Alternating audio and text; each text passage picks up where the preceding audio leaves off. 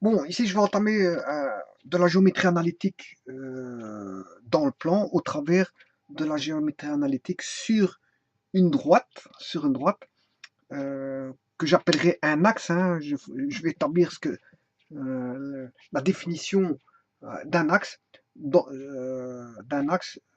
qui est d'un axe, oui, qui est un repère sur une droite, qui est un repère sur une droite. Voilà. Pour ça, je vais entamer tout ce qui est en ma possession pour essayer d'établir la définition d'un axe. Et sachez que ce sera fondamental, fort important pour les changements de repères et la suite pour tout ce qui est transformation de repères. Donc il faut comprendre fondamentalement ce que je vais expliquer ici pour bien comprendre la suite. Donc ici, il faut partir du préexistant. Le préexistant, on fait en sorte que dans l'esprit, on a un plan infini. Bon, qu'est-ce que c'est que l'infini? Personne ne sait. Et voilà. Personne ne sait ce que c'est que l'infini, et de décrire l'infini, personne ne sait le faire.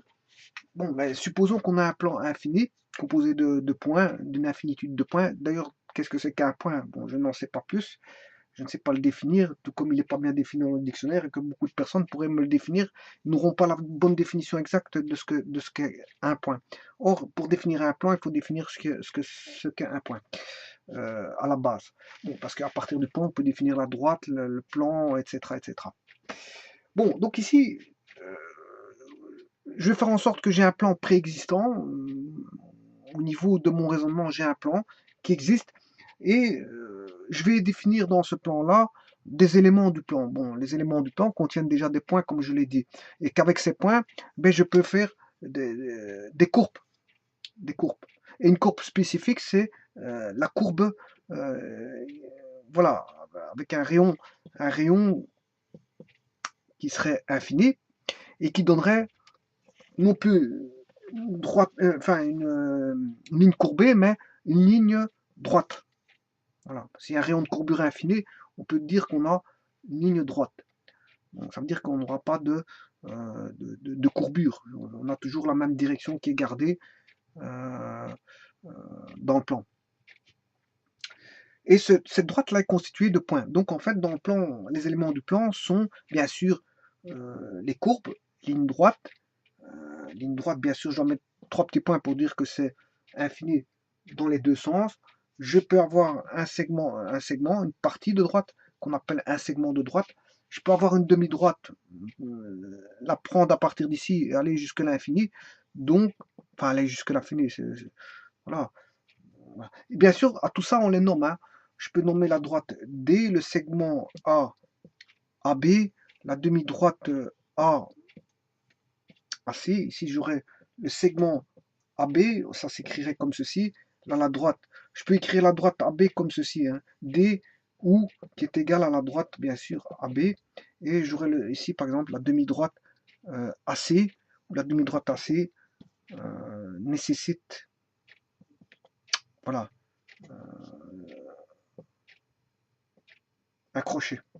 Le segment nécessite deux crochets, la droite aucun crochet parce qu'elle est illimitée, là limitée dans les deux sens, enfin elle est limitée au niveau du point A et du point B, donc on met deux crochets, là elle est que limitée au niveau du point A, point C faisant partie de la demi-droite. Voilà, elle fait partie, et la demi-droite passe par C, donc elle n'est pas limitée par le point C, donc c'est pour ça qu'on n'a besoin que d'un seul crochet. Bon, donc vous voyez que le plan, on peut mettre des courbes, des lignes droites, des segments de droite, des points. Je peux mettre des points. A, B, C. Et trois points non alignés constituent un plan, si vous voulez. Et là, par exemple, j'aurais une courbe que j'appellerais C, la courbe C. Voilà, et au-delà de tout ça, ben, je peux mettre beaucoup d'éléments dans ce plan-là, euh, constitués de points. Par exemple, j'aurais des lignes brisées. Je peux avoir des lignes brisées. Je peux avoir des traits interrompus. Un trait interrompu. Voilà, et je peux avoir des lignes droites, des lignes brisées, des lignes interrompues. Et avec tout ça, bien sûr, on fait les dessins Voilà, par exemple, si je prends un petit bonhomme,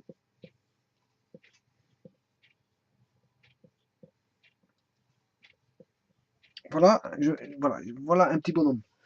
Et donc, euh, ici,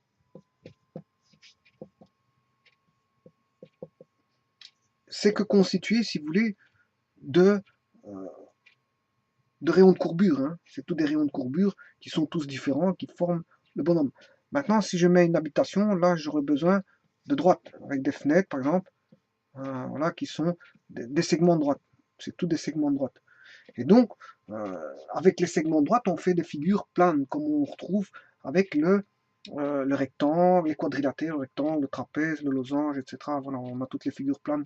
Et bien sûr, on peut avoir les, toutes, des, toutes des figures, peu importe l'ellipse, les figures régulières ou irrégulières, ou voilà, je peux avoir un polygone irrégulier, comme je peux avoir des polygones réguliers, voilà, et je peux faire tout ce que je veux.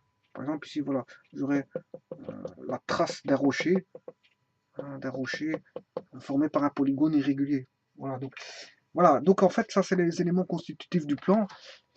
Et grâce aux éléments constitutifs du plan, on peut dessiner. Bon, maintenant, là, je me suis un peu trop éloigné. J'aurais besoin que d'un seul élément ici, qui est, on va dire, que je peux interpréter comme un objet, qui est ma droite, un objet du plan. Voilà, je vais prendre une droite du plan. Donc j'ai un plan. J'ai dit que j'avais un plan ici c'est le plan de mon tableau, mais bon, je suis limité, mon tableau est limité, et j'ai une droite ici qui est limitée dans ce tableau, puisque si le tableau est limité, ma droite était limitée, mais je dis que je mets 3 petits points pour dire que c'est illimité dans les deux sens. Voilà, donc je considère dans mon esprit que j'ai un plan infini, même si mon esprit n'est pas capable de comprendre ce que c'est que l'infini, je considère que j'ai un plan infini préexistant dans lequel je vais placer une droite du plan et une certaine direction dans ce plan. Mais qu'est-ce que c'est qu'une direction dans un plan? Bon, pour ça, il faut définir ce qu'on appelle un axe. À partir de là, on peut parler de direction par rapport à un axe. Parce que tout est relatif dans le plan. Voilà.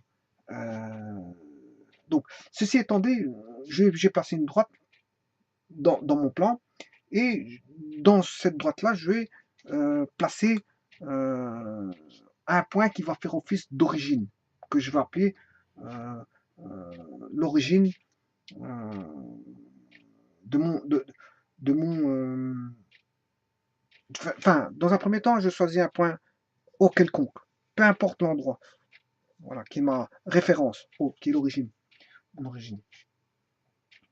Bon, maintenant vous comprendrez que ça ne suffit pas pour définir ce que c'est qu'un axe. Pour définir ce que c'est qu'un axe, je vais jouer bien sûr avec la géométrie. Ici, je suis en géométrie, si vous voulez, analytique. Hein. Analytique, pourquoi analytique? Parce que je vais faire de l'analyse au niveau calcul. Je vais établir des relations mathématiques pour pouvoir calculer certaines choses. C'est pas comme quand je fais de la géométrie, euh, la géométrie plane. Hein, par exemple, je veux étudier le triangle, les propriétés du triangle, mais je ne vais pas faire intervenir des calculs au travers d'un repère. Et justement, la géométrie analytique dans le plan fait référence, je veux dire, à un repère établi et donc des équations en rapport avec le repère. Voilà. Ça c'est que la géométrie plane est intemporelle, il n'y a pas de notion de temps. Ici, c'est pareil, il n'y a pas de notion de temps. Hein. C'est-à-dire, quand je construis tous mes éléments, je fais abstraction du temps, comme on fait en géométrie analytique. Géométrie plane ou géométrie dans toutes les géométries, on fait abstraction du temps. Voilà. Donc je vais parler de repères dans un plan intemporel, si vous voulez. Parce que généralement dans la physique, euh, quand on fait un repère, on place un repère, on étudie bien sûr un mobile, par exemple, dans un repère en fonction du temps. Mais là, ce sera temporel. Mais ici, tout est intemporel. Vous considérez à l'esprit que vous n'avez pas de notion de temps ici, vous n'avez pas le temps est banni, que ce soit en géométrie plane, géométrie analytique dans l'espace ou géométrie analytique dans le plan, peu importe on est intemporel. Bon, ça, ceci étant dit, sachez qu'on est en géométrie analytique, bien sûr, dans le plan, parce que je suis parti à la base du plan, puisqu'il existe aussi la géométrie analytique dans l'espace. Hein. Ici, moi, je suis dans la géométrie analytique dans le plan. Ceci étant dit, la géométrie analytique dans le plan ne se satisfait pas d'elle-même. Elle a besoin d'autres types de géométrie, tels que la géométrie analytique dans l'espace, vectorielle, je m'excuse. C'est la géométrie vectorielle qui va permettre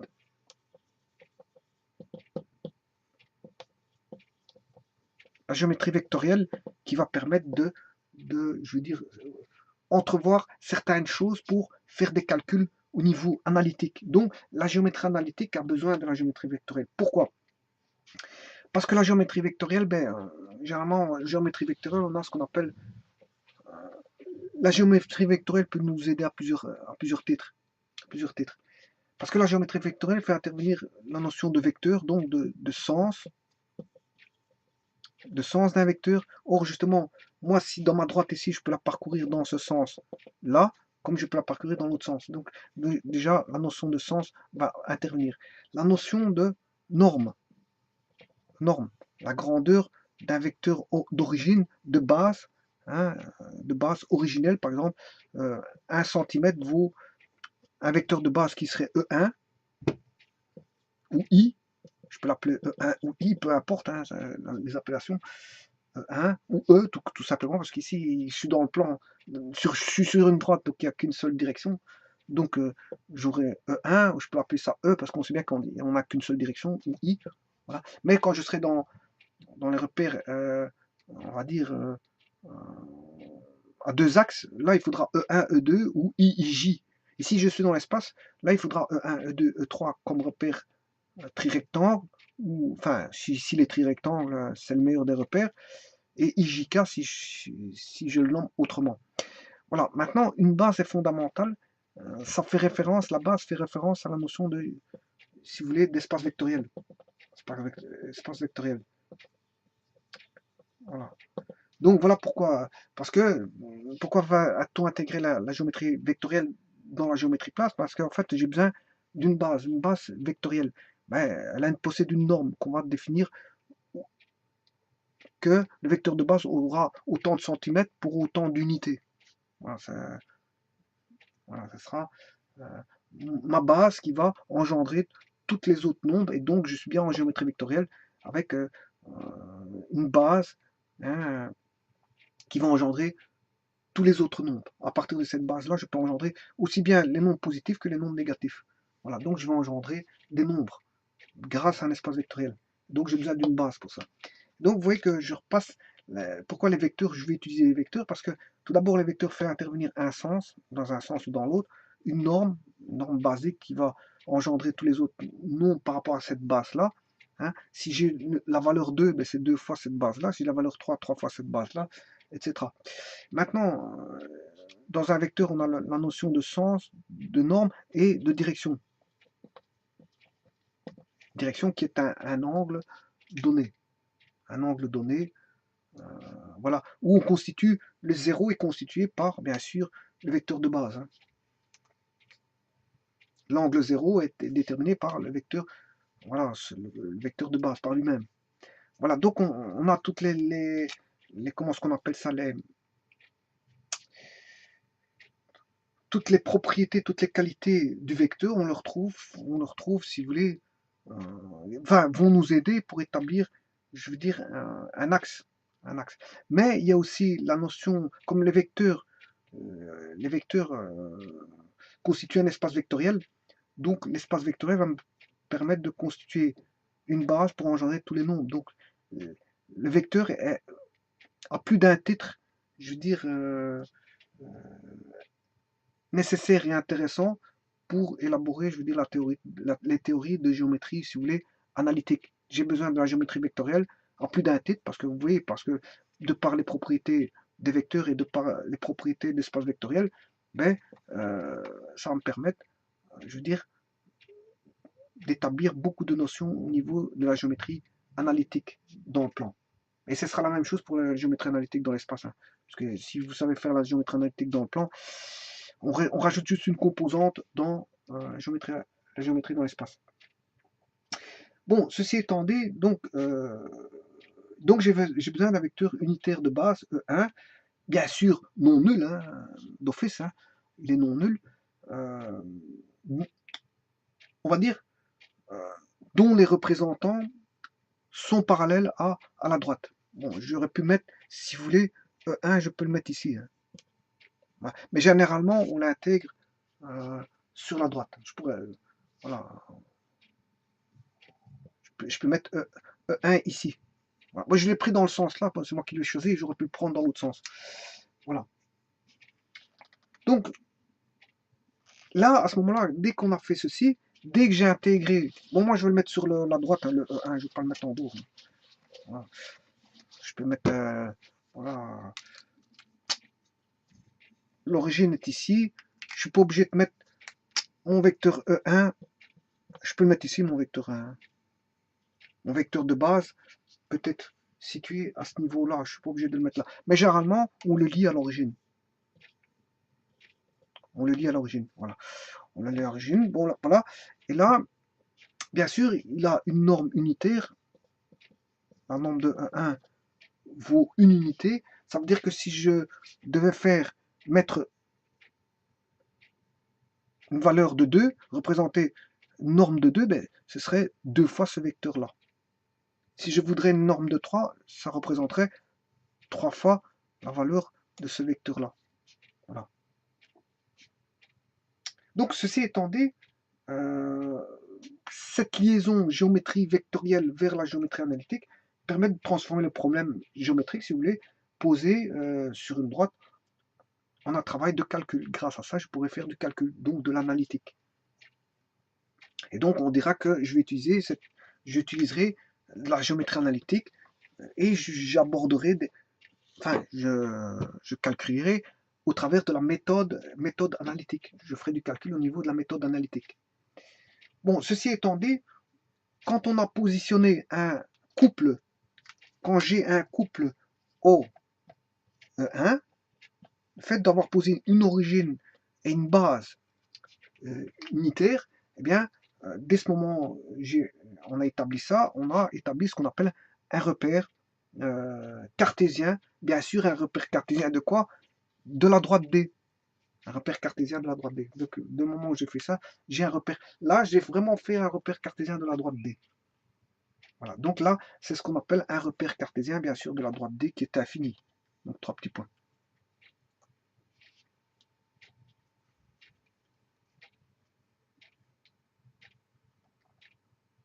Alors, vous comprendrez que la droite D, c'est moi qui ai mis la direction de cette droite-là. C'est moi qui l'ai choisie dans un plan bon, établi par mon tableau. Voilà. Dans lequel j'ai positionné une origine quelconque. C'est moi qui ai choisi tout ça. Le haut, je l'ai choisi à un endroit de la droite D, j'ai choisi la droite D avec une direction. Donc mon axe, il est un petit peu spécial. Oui, tout le monde n'aura pas le même, je veux dire, le même axe que moi. Certains prendront un axe dans une direction autre que la mienne. Certains prendront une origine qui n'est pas forcément au même endroit que moi et le vecteur de base ne sera pas forcément le même que le mien. Parce que certains prendront un vecteur de base de 2 cm, hein, 2 cm, d'autres prendront 1 cm pour une unité, d'autres 2 cm pour une unité, d'autres 1,5 cm pour une unité. Bon, chacun va prendre ça, on va dire ça, on dire, son échelle. Chacun va établir son échelle pour sa représentation sur un axe. Bon, ceci étant dit, maintenant, est-ce que c'est terminé? Non, parce que maintenant je vais établir, faire une relation entre des nombres, un ensemble de nombres. Bon, ici je vais prendre l'ensemble des nombres réels, hein. Voilà, je vais établir une relation entre des nombres et une droite. Voilà. Établir une relation entre des nombres et la droite, c'est-à-dire que on va établir ce qu'on appelle une bijection entre des nombres réels, hein, que je vais appeler des x, hein, on semblerait que je vais appeler des xi, x1, x2, x3, x4, voilà, et les éléments du plan de ma droite, voilà, hein, qui sont des points M qui vont se situer à des endroits bien précis. Voilà, ça ce sont des points M, M à des endroits précis de la droite. Voilà. Donc, ici, j'ai une relation entre des nombres, un ensemble de nombres, et des positions. Ici, on va mettre une relation entre des positions. Je vais appeler M, position M, pour dire mobile. Hein. On a dans l'intemporalité, mais je vais positionner à des endroits mobiles M. Hein, je veux dire, position M pour mobile, ça, il peut être là, comme il peut être là, comme il peut être là, comme il peut être ici. Si je dirais, voilà, si je dirais qu'il sera là, mais il sera ici. Si je dirais qu'il doit être là, il doit être là. Donc mon point M peut être, on va dire, évolutif, il peut évoluer. Hein, il peut être évolutif, il peut se situer à un endroit comme il peut se situer à un autre endroit. Bon, maintenant, donc j'ai des positions M situées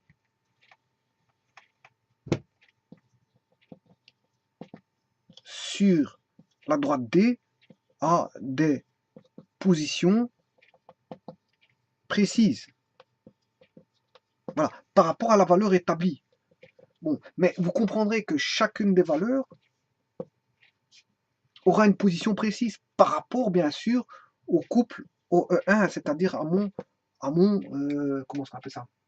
À mon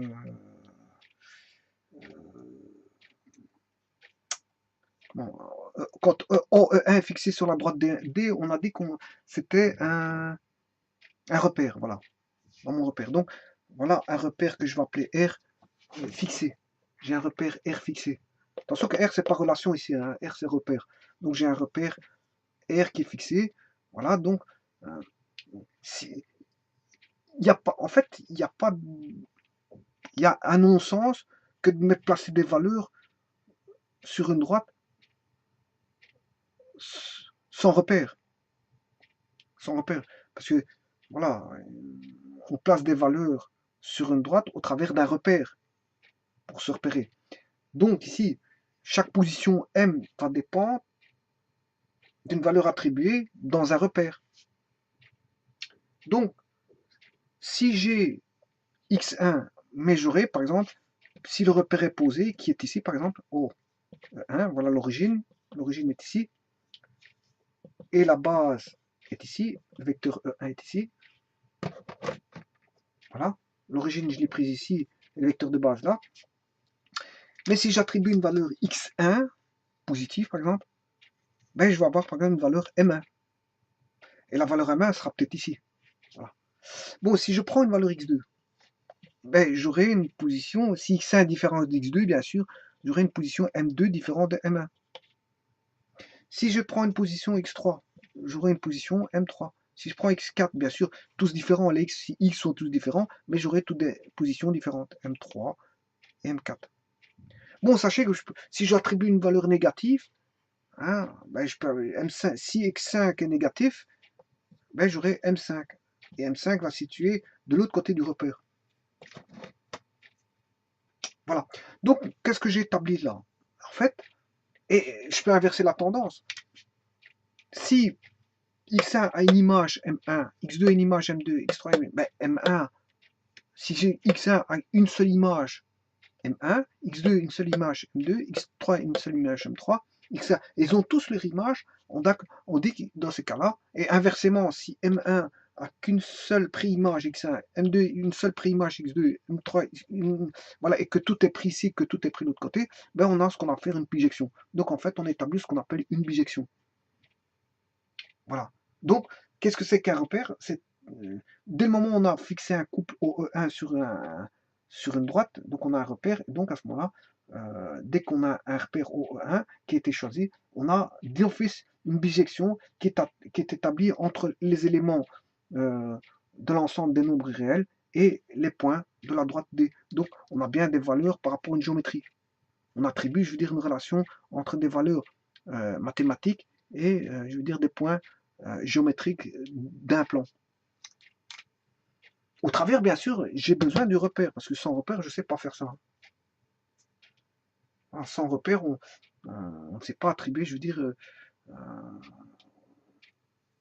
sans mon repère, je ne sais pas attribuer, je veux dire, une position bien précise, j'ai bien dit bien précise par rapport au repère, bien sûr, à partir d'une valeur donnée.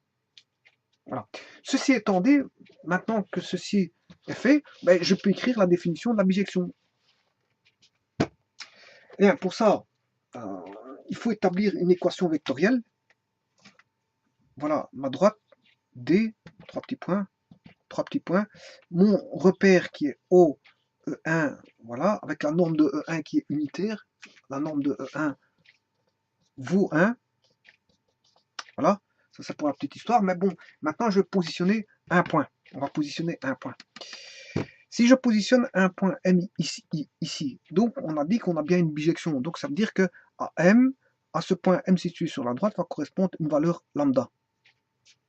Donc, qu'est-ce que je peux dire par rapport au vecteur E1? On va dire que le vecteur OM vaudra, si vous voulez, lambda fois, sachant que la norme de 1 vaut 1, lambda fois E1. Voilà. Voilà. Et c'est à partir de là que la discussion, vous voyez que à partir de notions vectorielles, ben, je peux inclure des notions de géométrie analytique. Donc, grâce à la géométrie vectorielle, ben, je vais définir la méthode de géométrie analytique. Bien sûr, ici, c'est une géométrie analytique dans le plan. Tout comme avec la géométrie vectorielle, je ferai la géométrie analytique dans l'espace. Voilà. Bon, ceci étant dit, étudions notre bijection. Bon, une bijection, ça doit marcher dans les deux sens. Hein. La bijection fonctionne au travers de l'unicité. L'unicité, c'est-à-dire que pour un x1 donné, j'ai qu'un seul y. Pour un x2 donné, j'ai qu'un seul y. Pour un x3 donné, j'ai qu'un seul y. En image, bien sûr. Hein. Un x4 donné, j'ai qu'un seul y. Voilà. Bien sûr, on sait bien que les y est égal à f de x. Hein. Voilà, et ça, c'est pour tout x. C'est vrai. C'est vrai. Donc, pour tout x, ben, j'ai y égal à f de x avec, moi, quel que soit y appartenant, je sais pas moi, ici c'est un ensemble E, là f, x appartenant à f, il existe, on va dire qu'il existe un seul y appartenant à f. Ouais, mais la bijection permet de dire le contraire aussi. Si j'ai qu'un seul image, ben là, un y aura un seul x. Donc, un y aura une seule préimage. Donc, je peux dire le contraire, quel que soit y appartenant cette fois-ci à f, il existe un seul x appartenant à E, bien sûr, tel que y égale f de x. Hein. Ça, voilà. Voilà, et ça, c'est ce qu'on appelle une bijection. Or, justement, le fait, ici, justement, j'ai bien une bijection. Parce que E, ici, c'est R. Mon E, c'est R. Et ici, mon F, c'est en fait, ce sont les points M du plan. Point M du plan. Et comment je définis les points M du plan? Ben, vous savez très bien que je viens de le marquer, c'est E1 fois lambda. Ou lambda fois E1.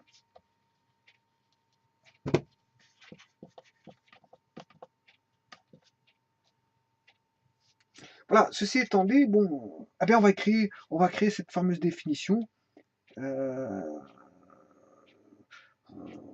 Tout d'abord, on va écrire celle-ci, quels que soient les x. Les x, ce sont les éléments réels. Donc, je dirais, ici, c'est si je veux établir, les lambda appartiennent bien sûr au réel.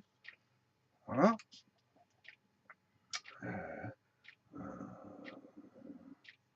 Normalement, je devrais mettre un indice. Hein, c'est lambda i égale au mi i. Voilà. Et les lambda i appartiennent à R. Ça, c'est pour tout. Voilà, lambda i appartiennent à R. Ça, c'est quel que soit mi. Pour tout MI. Enfin, justement, je vais établir la définition maintenant au travers de ce que je suis en train d'écrire là. Donc, ici, si je prends les x ici sont considérés comme les réels. Donc, c'est quel que soit lambda, appartenant, bien sûr, le lambda appartient à E, mais E ici, c'est mes réels. Voilà. Il existe, on va dire, un point M,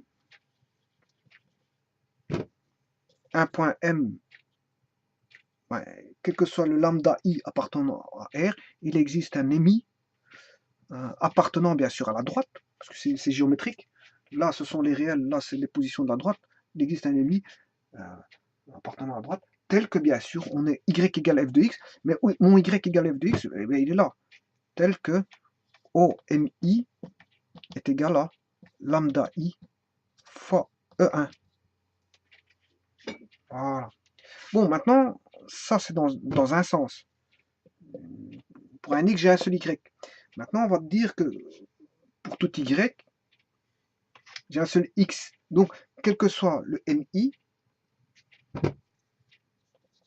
appartenant bien sûr à la droite, hein, à f. F, ce sont les positions du plan position de M, ce sont les points M de la droite, MI appartenant à la droite. Il existe, on va dire ici, un x, un lambda i, appartenant bien sûr à l'ensemble des réels, tel que, on va dire, tel que on est y égale f de x, c'est-à-dire OMI est égal à lambda i E1. Voilà. Et donc là, à ce moment-là, quand on a ceci, sachant qu'on a bien une bijection, on a bien établi, je veux dire, une relation entre des valeurs et un repère cartésien. Ça veut dire que je peux créer une bijection. Là, j'ai mon origine, là, j'ai mon vecteur E1, là, et si là, c'est un vecteur unitaire. Si je mets deux unités, mais si ça c'est 1 unité, mettre deux unités, ce sera deux fois le vecteur là. 3 unités sera ici, 4 unités sera ici. L'orientation des sens positifs sera dans ce sens-là, donc je mets une flèche dans ce sens-là. Moins une unité, mais ça sera là. Moins 2 unités, ce sera là. Moins 3 unités, etc. Voilà, donc bien sûr, c'est une droite, donc c'est 3 petits points. 3 petits points dans ce sens-là. Je ne sais pas si on voit. Ouais, on le voit. Donc j'aurai 3 petits points. De toute façon, il n'y a pas besoin de 3 petits points, parce que déjà la flèche dit que ça, c'est le sens de l'orientation positive d'une chose, mais ça veut dire que ça continue. Donc, ça fait office de mettre 3 petits points aussi. Hein. Ça veut dire que ça continue par là aussi. Par contre, là-bas, je mettrai 3 petits points, parce qu'on vient de moins l'infini. Voilà. Maintenant, ceci étant dit, on peut représenter n'importe quel nombre. Hein. Si je vais mettre 2,5, mais il sera ici. 2,5. Si je mets 0,4, mais c'est 4 dixièmes, donc c'est 1 divisé par, voilà, il suffit de diviser l'unité, voilà, en 10 parties, 1 égale 1, 2, 3, 4, 5, 6, 7, 8, 9, 10. Voilà, si je trace, par exemple, si je divise cette droite-là en 10 parties, je relie celle-là par une parallèle, je fais une parallèle passant par 1,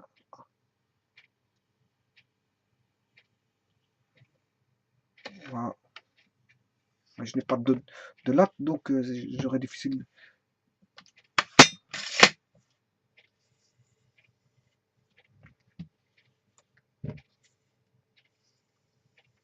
Voilà. Et après, bon, qu'est-ce que je fais? Je refais une seconde parallèle, passant par 4. Une. Oui, ici, je ne suis pas passé par 10, je m'excuse. Justement, je ne sais pas pourquoi j'ai fait ça, mais je dois passer de ce point-là à 10. Voilà, j'ai divisé en 10 parties égales. Et là, je vais chercher, pour avoir 4 dixièmes, qui vaut 0,4, ben, je vais chercher 1, 2, 3, 4. Je fais une parallèle à 4.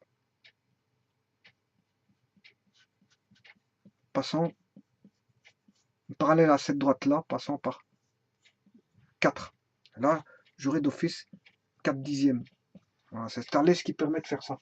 C'est grâce au rapport, hein, au rapport de Thalès, hein, des triangles semblables. Donc, fatalement, je peux aller chercher, je veux dire, voilà. Et là, j'ai tracé un repère. J'ai un repère et je peux représenter tous les nombres au travers d'un axe orienté. Ça, c'est ce qu'on appelle un axe orienté, bien sûr. Et bien sûr, vous comprendrez que les fameux lambda i ici, hein, qui sont les valeurs qu'on va attribuer, hein, par exemple, je vais mettre 5,4, 5,432, c'est ce qu'on appelle les abscisses. Les abscisses, bien sûr, du repère cartésien de la droite D. Donc, bien sûr, c'est les abscisses d'un point, hein, les abscisses du point M, du point lambda I, ce sont les abscisses des points MI. Les abscisses, les lambda I sont les abscisses des points MI, si vous voulez.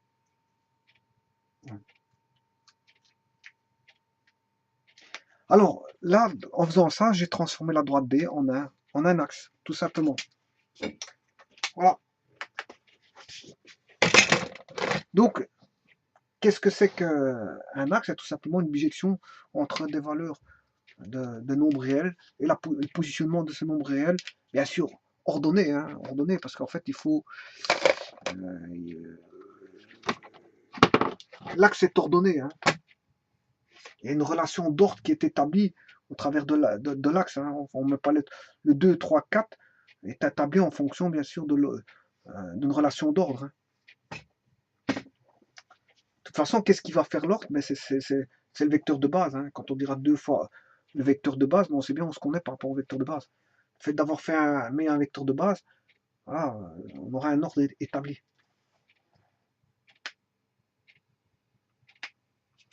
Voilà, et je verrai ce que c'est que la relation d'ordre plus tard. Je vous remercie.